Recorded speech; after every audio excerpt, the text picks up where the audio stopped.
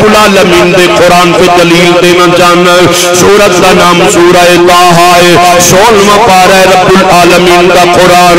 فرمایا من أعرض عن ذكري فإن له معيشة ضنكا ونحشره يوم القيامة أعمى قال رب لم حشرتني أعمى وقد كنت بصيرا قال كذلك أتتك آياتنا فنسيتها وكذلك اليوم تنسى.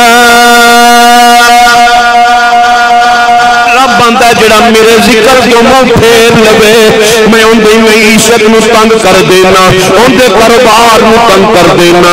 قیامت والا دن ہوئے گا میں انہوں انیا کر کے اٹھاواں گا.